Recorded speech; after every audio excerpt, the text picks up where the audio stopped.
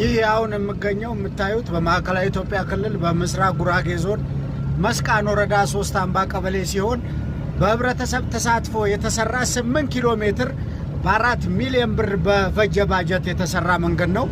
ግን መንገዱ አሁን ክረምት ስለገባ ምንም አይነት የመንግስት ድጋፍ ስለሌለውና ሁለት ቦታ ትቦ በሚፈልግ መሆኑ ህብረተሰቡ ከዚህ በላይ አቅሙን ስለማይችል ከ3 አምባ ቀበሌ ጽህፈት ቤት ተነስቶ ዳጪ ጊዮርጊስ ወይም ደግሞ ዳጪ አንደኛ ደረጃ ትምህርት ቤት ድረስ የሚደርስ ተደራሽ የሆነ መንገድ ነው።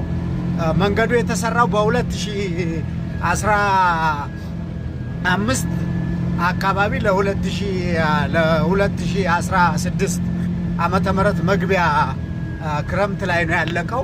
ግን አሁን በአሁኑ ጊዜ ምንም አይነት ጠጠርም ሆነ ምንም አይነት ማቴሪያል ስለሌለው ህብረተሰቡ ወጥቶ መግባት ያልቻለበት ሁኔታና በክረምት ምንም አይነት እንቅስቃሴ ማድረግ እንደማይቻል ነው።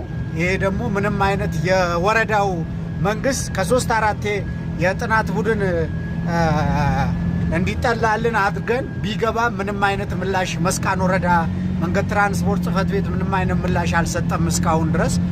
እንደምታዩት ይሄ ሁሉ የተሰራው በህብረተሰብ ተሳትፎ ነው። አንድም የመንግስት ድጋፍ የለበትም።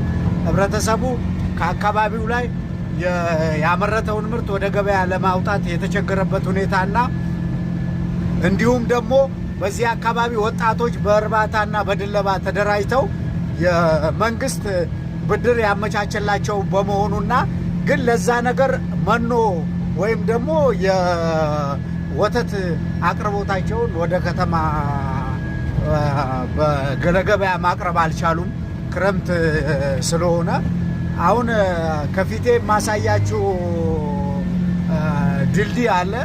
በ500 ሺህ ብር በአካባቢው ተወላጆች ከአዲስ አበባ ምናምን በተውጣጣ ገንዘብ የተሰራ እና መስቃን ወረዳ የሚሆን ምስራቅ ጉራጌ ዞን መንገድ ትራንስፖርት በዚች መንገድ ላይ ተሳትፎ ማድረግ አልፈለገም።